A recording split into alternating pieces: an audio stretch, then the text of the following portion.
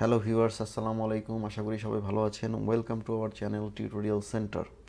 আজকে আমরা আলোচনা করব এক্সেলে কিভাবে অ্যান্ড এবং ইফ এই দুটি ফর্মুলাকে কম্বাইন করে একটি কাস্টমাইজ ফর্মুলা তৈরি করা হয় এবং কি কি কন্ডিশন থাকলে আমরা এই কাস্টমাইজ ফর্মুলাটা ব্যবহার করতে পারি।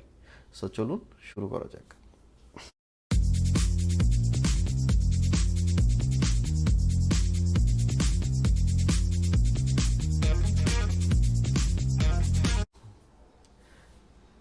সো এখানে একটি ডাটা টেবল নিয়ে নেওয়া হয়েছে যেখানে reason, area, territory wise distribution target, distribution এবং ডিস্ট্রিবিউশন অ্যাচিভমেন্ট, সাথে সেলস টার্গেট, সেলস এবং সেলসের অ্যাচিভমেন্ট দেয়া রয়েছে।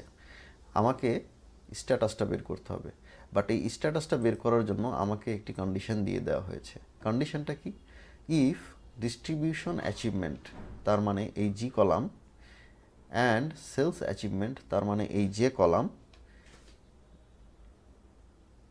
বোথ আর অ্যাচিভড, তার মানে এই জি এবং জে, এই দুইটা কলামের মান যদি 100 অথবা তার উপরে হয়, অ্যাচিভড বলতে 100% অ্যাচিভমেন্ট বোঝাচ্ছে, যদি 100 অথবা তার উপরে হয়, then they will consider as achiever. তার মানে শুধুমাত্র এই দুইটা যদি 100%-এর উপরে হয় তাহলেই তারা অ্যাচিভার হিসেবে কাউন্ট হবে।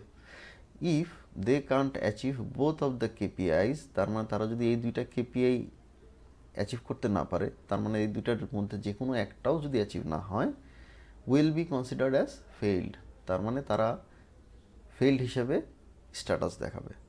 তার মানে এই দুইটা যদি 100 বা তার উপরে হয় তাহলে স্ট্যাটাস আসবে অ্যাচিভড, এবং এই দুইটার যে কোনো একটার মান বা যে কোনো একটার ভ্যালু যদি 100%-এর নিচে হয় তাহলে তাকে ফেইল দেখাবে। যদি দুইটাও 100%-এর নিচে হয় সেক্ষেত্রেও তাকে ফেইল দেখাবে। সো আমরা যেহেতু এইখানে একটা কম্বাইন্ড ফর্মুলা ইউজ করব, সো আমরা আগে এই ফর্মুলাগুলো ভেঙে ভেঙে দেখে নিই কীভাবে এই ফর্মুলাগুলোকে সাজাতে হয়।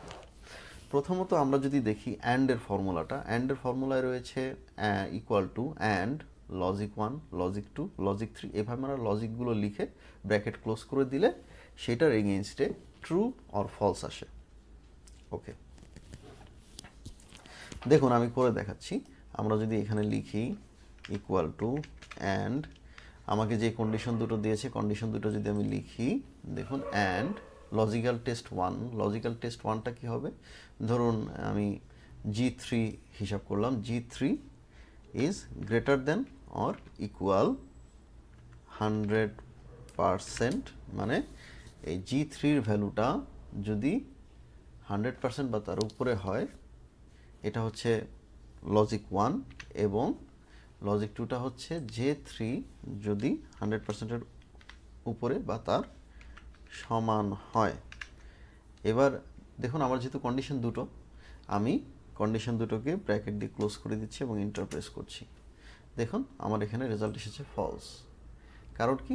কারণ হচ্ছে এই যে জি কলামে ভ্যালুটা 100-এর নিচে রয়েছে, এবং আমি যদি এই ভ্যালুটাকে চেঞ্জ করে এই G6-এ নিয়ে আসি, দেখুন এখানে যদি আমি এটাকে G6 বানিয়ে দিই, জাস্ট এখানে আমি 3টা কেটে 6 লিখলাম, দেখুন সেক্ষেত্রে কিন্তু আমার অ্যান্সারটা আসছে ট্রু। সো এইবার যদি আমরা দেখি ইফ ফাংশনটা, ইফ ফাংশনে বা ইফ ফর্মুলাতে আমার 3টা পার্ট রয়েছে। প্রথম হচ্ছে লজিক্যাল টেস্ট।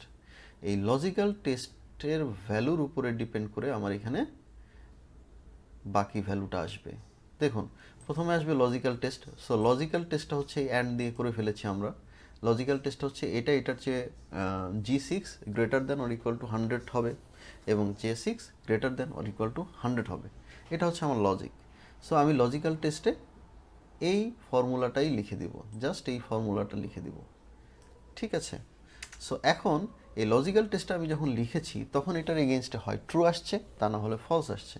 দেখুন সেকেন্ড পার্টে বলা হয়েছে ভ্যালু ইফ ট্রু, যদি এটা ট্রু হয় তাহলে কি হবে, এবং থার্ড পার্টটা বলা হয়েছে ভ্যালু ইফ ফলস, যদি এই কন্ডিশনটা ফলস হয় তাহলে কি হবে, ভ্যালুটা কি হবে। সো আমি যদি আরেকটু ক্লিয়ার করতে চাই, ইন দ্যাট কেস আপনারা দেখতে পাবেন যে এখানে ইফ এবং অ্যান্ড কম্বাইন্ড ফর্মুলাটা আমি করে দিয়েছি। ইফ অ্যান্ড যদি আমরা কম্বাইন করি তাহলে সেটা হচ্ছে ইকুয়াল টু ইফ দিতে হবে, তারপরে অ্যান্ডের ভিতরে লজিক্যাল টেস্টগুলো আসবে। এখানে 2টা হতে পারে, 3টা হতে পারে, বা আপনি যতগুলো খুশি ততগুলোই অ্যাড করতে পারেন। এখন এই কন্ডিশনটা অ্যান্ডের এগেইনস্টে, অ্যান্ডের সাথে যে কন্ডিশনগুলো আছে সেই কন্ডিশনগুলো যদি ট্রু হয় তাহলে ভ্যালুটা কি হবে, এবং সেই কন্ডিশনটা যদি ফলস হয় তাহলে ভ্যালুটা কি হবে। এখন এখান থেকে আমরা সহজেই বুঝতে পারি যে এই ভ্যালুটা যদি ট্রু হয় তার মানে হচ্ছে আমার জি এর অ্যাচিভমেন্ট বা জি কলামের ভ্যালু 100 অথবা তার চেয়ে বেশি, এবং যে কলামের ভ্যালু 100 অথবা তার বেশি। তার মানে দুটোকে পেয়ে অ্যাচিভ হয়েছে, তার মানে এদের স্ট্যাটাস হয়ে যাবে তখন এখানে ভ্যালু যেহেতু ট্রু আসবে, ট্রু আসলে তাদের ভ্যালুটা হয়ে যাবে অ্যাচিভার।